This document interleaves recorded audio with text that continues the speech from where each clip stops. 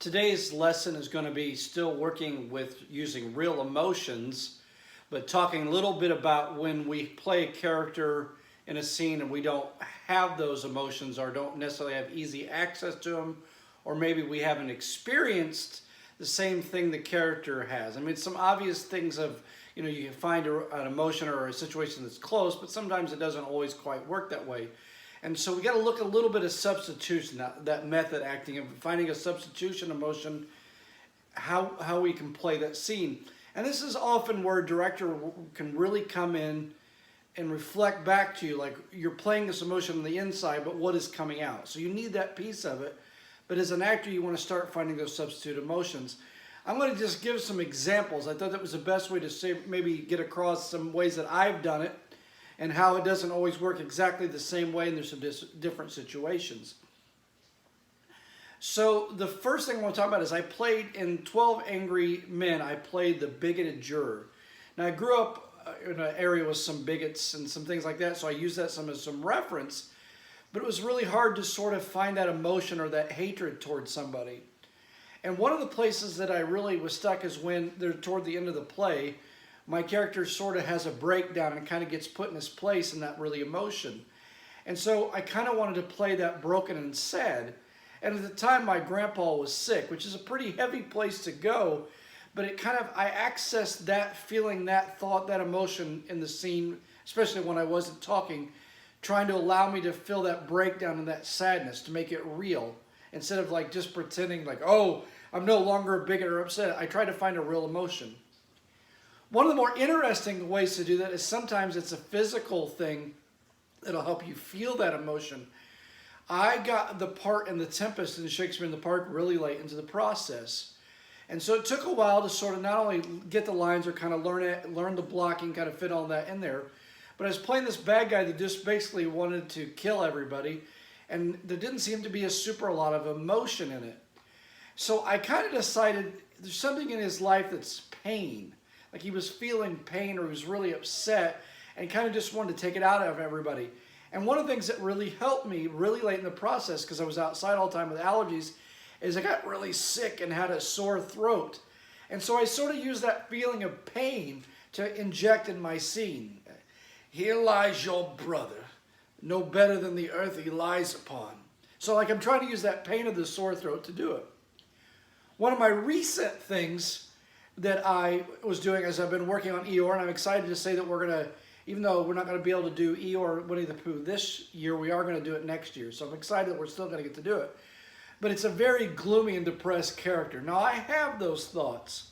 I have some of those, but not the constant thing and not necessarily at the Eeyore level.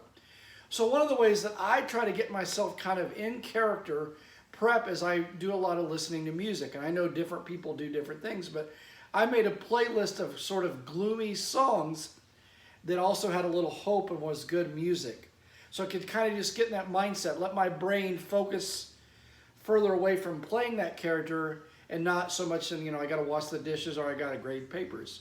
So playlist of songs, something that helps you anchor to whatever emotion that you're going to try to find when it's a hard one. One of the plays that I did, one of my favorite characters was in Bad Year for Tomatoes.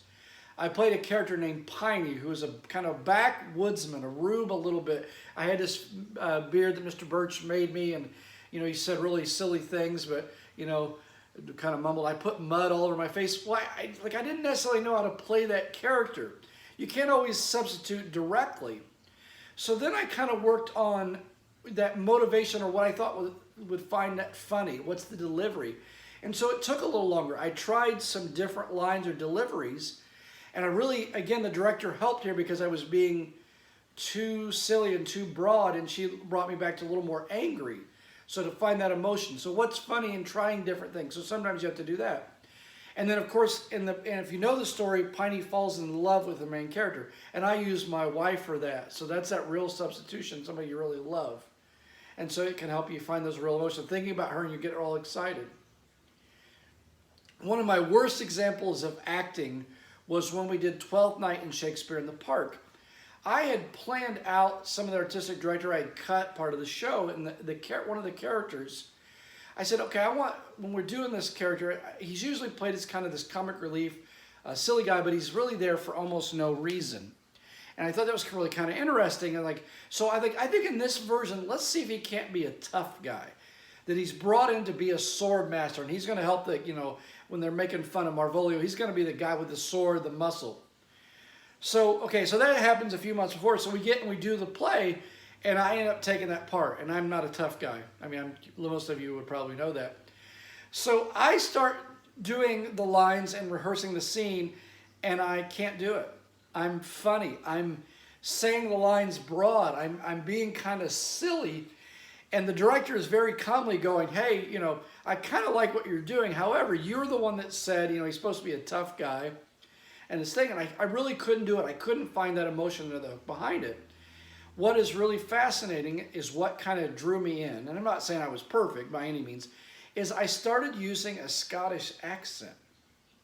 And I think what I did was I came in from the outside, and I came in with all this bravado and this pride in myself that I was really proud of what I was doing. If this were played upon a stage, now I would condemn it as an improbable fiction.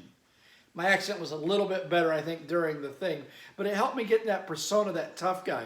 So we're looking for emotions and things that we really have, or we really connect to, or even set us up ahead of time when we play a character, especially a character where we don't have easy access to the emotions or the motivations or the situations those characters are going through.